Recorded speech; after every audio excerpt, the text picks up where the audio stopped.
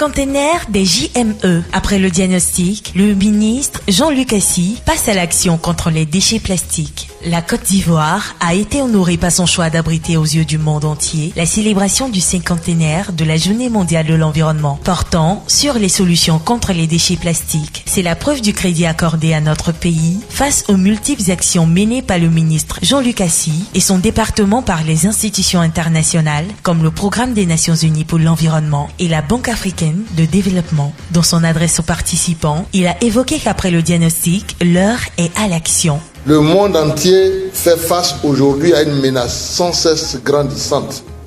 L'état des lieux des effets néfastes de la pollution plastique a été fait.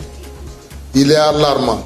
La pollution plastique impacte fortement les océans. Elle contamine la chaîne alimentaire. Elle nuit à la santé humaine. Cette pollution plastique s'aggrave sans cesse à cause de nos modes de production et de consommation. Pour faire face à la pollution plastique, les scientifiques proposent des solutions immédiates et applicables pour la freiner ou l'arrêter définitivement. Et la mise en œuvre de l'économie circulaire pour la gestion du cycle de vie des déchets plastiques est l'une des clés proposées.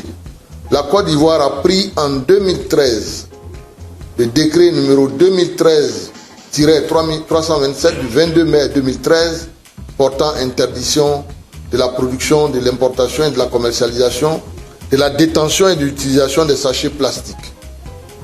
Elle a soutenu les entreprises au passage à des emballages réutilisables et biodégradables. Soyons donc tous sensibilisés au combat contre la pollution plastique.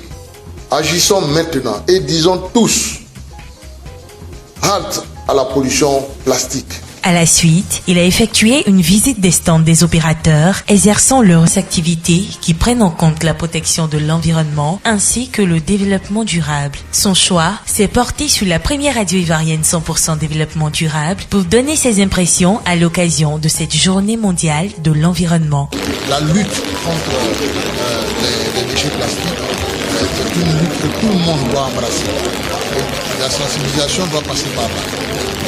Nous envisageons, dans cette journée mondiale de l'environnement, de tirer les leçons et puis permettre de développer un certain nombre de stratégies, notamment en ce qui concerne l'éducation, la sensibilisation et l'éducation, même dans les écoles, pour que la question environnementale liée donc à la pollution plastique soit une réalité.